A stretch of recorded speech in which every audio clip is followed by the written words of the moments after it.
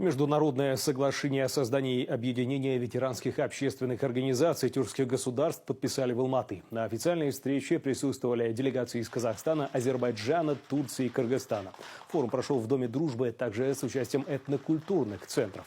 Как отметили представители тюркских стран, они намерены укрепить сотрудничество и взаимоподдержку.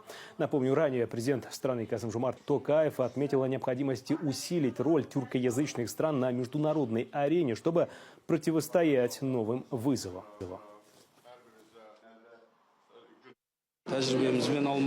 Мы представляем Союз ветеранов, участников боевых действий на таджико-афганской границе и военных конфликтов. Для нас важно постоянно обмениваться опытом, нужно держаться вместе. В рамках этого события проведено несколько мероприятий. Буквально неделю назад мы организовали крупный форум, посвященный созданию объединения Туран. Со всеми участниками также посетили Туркестан, ведь известно, что этот город – духовное сердце тюркского мира.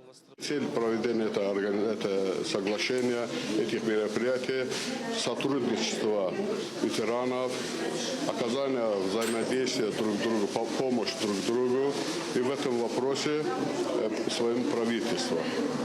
Мы благодарим представителей Казахстана, правительство Казахстана, то, что они создали такое условие для нас, и мы успешно проводим эти мероприятия.